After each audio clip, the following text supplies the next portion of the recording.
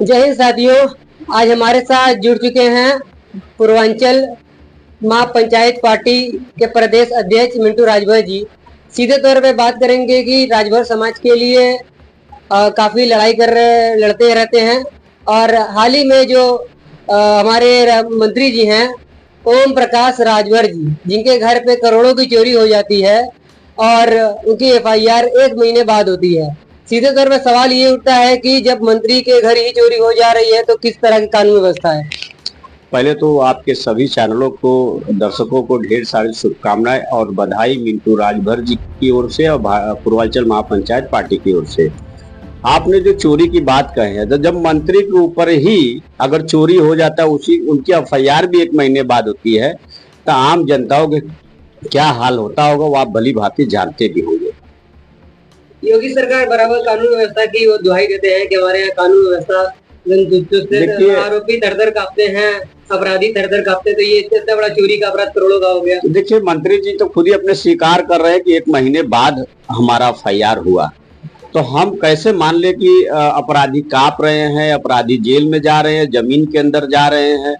और कहते हैं कि परिवारवाद की भी अभी कुछ एक वीडियो आया था, उन्होंने कहा कि परिवारवाद, अखिलेश यादव परिवारवाद कर रहे हैं। तो बताइए कि ओम प्रकाश राजभर जी और अरविंद राजभर जी को चुनाव लड़ा रहे थे सीपुर, तो क्या वो परिवारवाद नहीं था? वो परिवारवाद था ना। अभी घोसी में लड़ाए, फिर सीपुर में लड़ाए, तो किसी तरीके से वो चाह रहे कि सत्ते के गलियारे में हमारा बेटा, हमारा छोटा वाला बेटा, सब लोग मंत्री ही बने। तो जब एफआईआर ही अगर 1 महीने में होगी, तो हमारे आपकी एफआईआर कितने दिन में होनी चाहिए? ऐसे में ओम प्रकाश राजभर जी ने ये भी कहा है कि जो मुख्यमंत्री के बयान को समर्थन दिया है कि जो बटेंगे वो कटेंगे, और इसको लेकर अखिलेश यादव पर। देखिए, वो एक हिंदू मुसलमान का एक 1947 में जो बंटना था वो बढ़ चुका था, लेकिन ये राजनीतिक चुनाव में एक एजेंडा बनाया गया है कि कटेंगे तो बटेंगे। इसका कोई मतलब नहीं है, हम इसको खंडन करते हैं।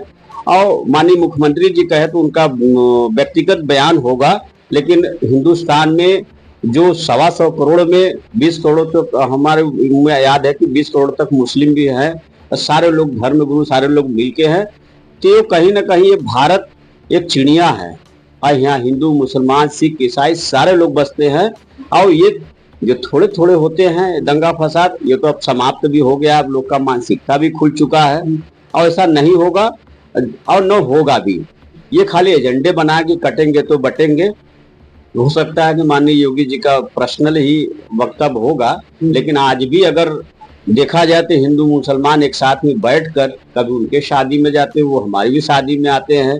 धर्म एक अलग है, लेकिन कार्य और संबंध एक है, बिजनेस एक है, व्यापार एक है, सारा एक है। तो इससे आप लोग अन्यथा ना लीजिए, क्योंकि ये व्यक्तिगत उनका बयान होगा।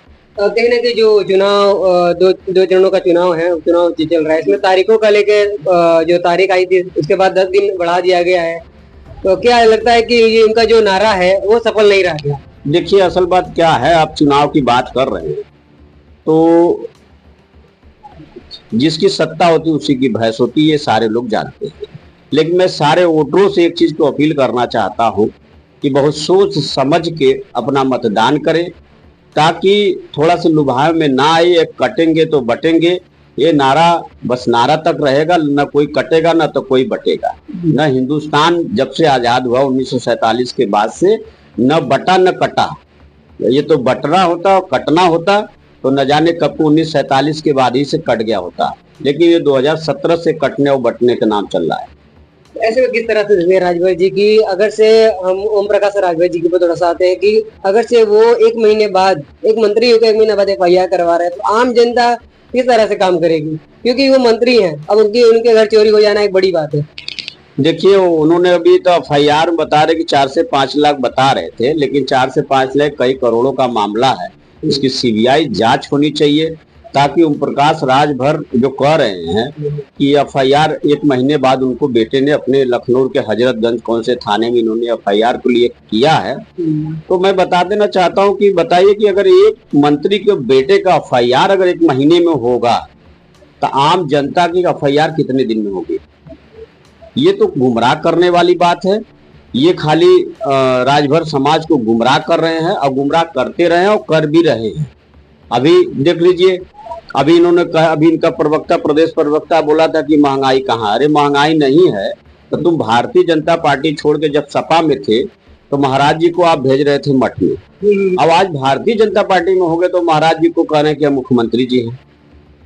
अपने बेटे के लोभ में, सत्ता के लोभ में ये कहीं भी जा सकते हैं, इनका कोई वजूद नहीं है। इससे राजभर समाज कट रहा है।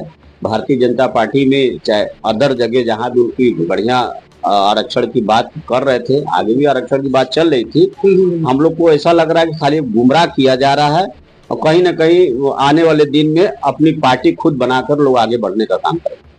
ठीक है, तो बहुत अच्छा लगा बात करके। हम बात करते हैं मिंटू राजभर जी से। मिलते हैं अगली अपडेट में। चैनल पर नए हैं तो चैनल को लाइक करें और सब्सक्राइब करो, दोस्तों में शेयर जरूर करें।